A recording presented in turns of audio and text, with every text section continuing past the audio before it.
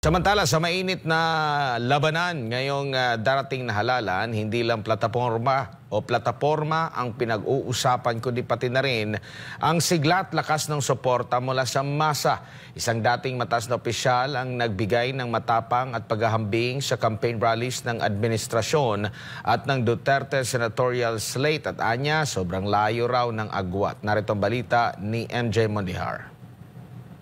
Makikita ang malaking pagkakaiba sa kampanya ng administrasyon at ng Duterte slate mula sa dami ng dumadalo hanggang sa sigla ng kanilang pagtanggap.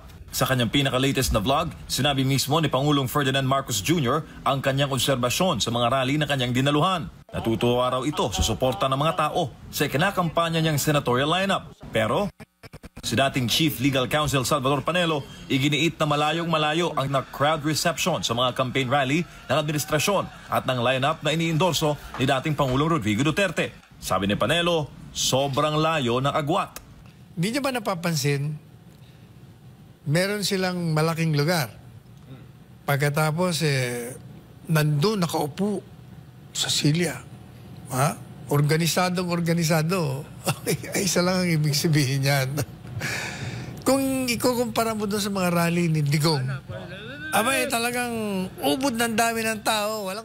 Sa proclamation rally ng Duterte Senatorial Bowl sa San Juan, nagkumpulan at nag-uunahan ng mga tao na makapasok sa indoor venue. Dito inanunsyo ang Magic 9 Duterte Senatorial Bowls.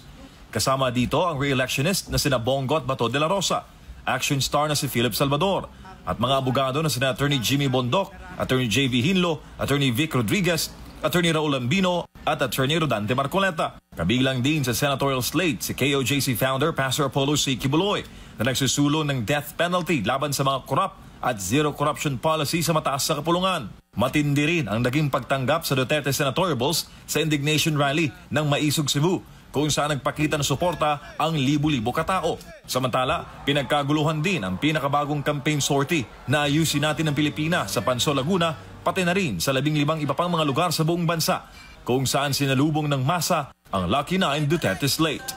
Tingnan niyo yung mga rally niyo, masyadong tame. Tame na tame.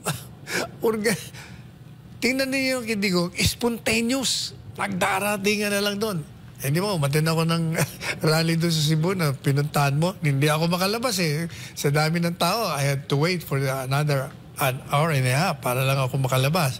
Hindi lamang sa pagandahan ng slogan o paramihan ng attendees sa mga rally ang magiging labanan. Kaya patuloy na hinihimok ngayon ng siyam na Duterte Senatorial Bowls tayong taong bayan na makiisa. Dahil ang tunay raw na people power ay sa darating na botohan. Para sa Diyos sa Pilipinas kong mahal, MJ Mondihar, SM9 News.